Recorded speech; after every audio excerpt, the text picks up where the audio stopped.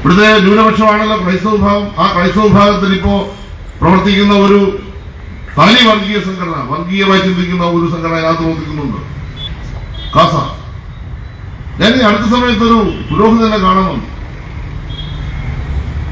അദ്ദേഹത്തിന്റെ ഫോൺ യാദൃശ്യമായി നോക്കേണ്ടി വന്നപ്പോ അദ്ദേഹത്തിന്റെ ഫോണിൽ കാസയുടെ വാക്കുകളും വാക്യങ്ങളുമാണ് വന്നുകൊണ്ടിരിക്കുന്നത്.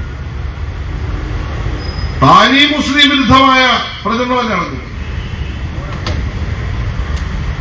RSSന്റെ പിൻബലത്തോടുകൂടി കേരളത്തിലെ ക്രൈസ്തവ വിഭാഗത്തിന് പ്രവർത്തിക്കുന്ന കാസയുടെ രാഷ്ട്രീയം ഈ കേരളത്തിലെ ന്യൂനപക്ഷ വിഭാഗത്തിന് ഭിന്നിപ്പുണ്ടാക്കാൻ വേണ്ടി നടത്തുന്ന ശ്രമത്തിന്റെ ഭാഗമാണ്. ഇവരെല്ലാം കൂടി ചേർന്ന് ഈ കേരളത്തെ വിഴുങ്ങും. അത് എല്ലാ പിന്തുണയും സതീശൻ പാർട്ടി കൊടുത്തുകൊണ്ടിരിക്കുകയാണ്. ഞങ്ങൾക്ക് എങ്ങനെയും അധികാരത്തിൽ വരണം. ഈ 10 വർഷം കഴിഞ്ഞ് അധികാരത്തിൽ വന്നില്ലെങ്കിൽ ഇതോടുകൂടി തീർന്നു കേരളത്തിലെ കോൺഗ്രസ്. ലീഗ് എല്ലാം കടലിൽ പോയി ചാടും, BJP വിരിച്ചുവിടും, ഉറപ്പാ.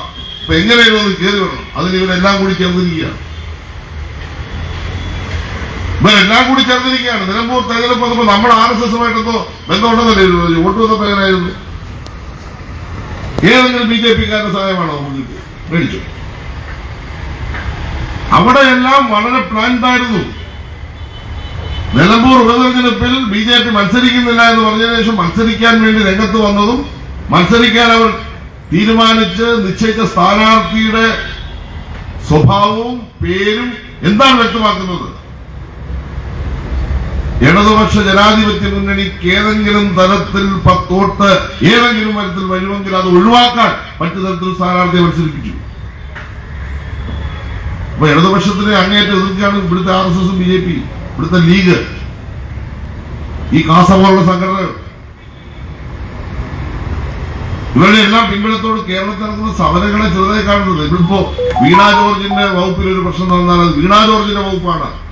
അത് കാണേണ്ട കാര്യമില്ല. ഏറ്റവും നന്നായി പ്രവർത്തിച്ചൊരു മേഖലയാണ് ആരോഗ്യ മേഖല. കഴിഞ്ഞ ഒരു 10 വർഷമായി ഏറ്റവും ഫലപ്രദമായി പ്രവർത്തിക്കുന്ന മേഖല. അതിനു മുമ്പ് VS ഗവൺമെന്റ് കാലത്ത് ശ്രീമതി ടീച്ചർ, പിന്നെ നമ്മുടെ ശൈല ടീച്ചർ, വീണ ജോർജ് നന്നായി പ്രവർത്തിക്കുന്നത്. എത്ര 1000 കോടി രൂപയാണ് ആരോഗ്യ മേഖലയ്ക്ക് ചെലവഴിക്കുന്നു. ആളുകളുടെ എണ്ണം കൂടി, ചികിത്സിക്കാൻ പറ്റുന്ന ആളുകൾ പണ്ട് 10 രൂപയാണെങ്കിൽ ഇന്ന് 1000-1500 രൂപയാണ് ഒരു താലൂക്ക് ഹോസ്പിറ്റൽ. എല്ലായിടത്തും ഡോക്ടർമാരെ എല്ലാ ഹോസ്പിറ്റലും അപ്ഗ്രേഡ് ചെയ്തു. എല്ലാ ഹോസ്പിറ്റലും പുതിയ കെട്ടിടങ്ങൾ വന്നു, ആധുനിക യന്ത്രങ്ങൾ വന്നു. ഞാൻ ചൂണ്ടി ആലപ്പുഴ ജില്ലയിൽ നിങ്ങൾ എടുക്കൂ. ആലപ്പുഴ ജില്ലയിൽ തുറവൂർ ആശുപത്രി പൂർണ്ണമായി. ആലപ്പുഴ ജനറൽ ഹോസ്പിറ്റൽ ഇപ്പൊ മുഖ്യമന്ത്രി പിണറായി വിജയൻ വന്ന് ഉദ്ഘാടനം ചെയ്ത കെട്ടിടം. Vandanam medical college, Cherthala government ആശുപത്രി, കായംകുളം ഗവൺമെന്റ് ആശുപത്രി, മാവേലിക്കര ഗവൺമെന്റ് ആശുപത്രി, ജില്ലാ ആശുപത്രി, ചെങ്ങന്നൂർ ജില്ലാ ആശുപത്രി, എല്ലാ ആശുപത്രിയും പണിയല്ലേ?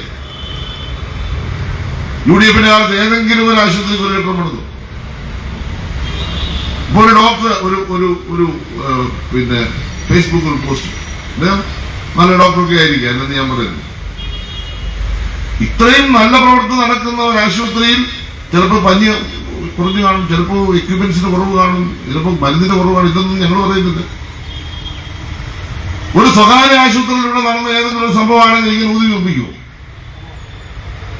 ഇതിനേക്കാൾ എത്രയോ മോശപ്പെട്ട കാര്യങ്ങൾ സ്വകാര്യ ആശുപത്രി നടക്കുന്നു. എവിടെയെങ്കിലും പറയാറുണ്ടോ? മരണങ്ങൾ നടക്കുന്നില്ലേ? എന്താണ് ഈ മീഡിയ എന്ന് പറയുന്നത്? ഇപ്പോൾ ഡോക്ടർ എഴുതി അതിനെപ്പറ്റിയാണ് ഒരു ഗവൺമെന്റിനെ മുഴുവൻ താറടിക്കുകയാണ്. സംഭവം നടന്നിരിക്കുന്നു, അപരാധം ചെയ്തിരിക്കുന്നു, ഗവൺമെന്റ് പൈസ കൊടുക്കുന്നില്ല. ആ ഡോക്ടറെ ചെയ്തത് അദ്ദേഹത്തിന്റെ മാനസികാവസ്ഥ ചെയ്തതെന്നുള്ളത് ശരിയാണെങ്കിൽ അത് ഇരിക്കുന്ന സ്ഥാനത്ത് യോജിച്ചതല്ല ചെയ്തത്.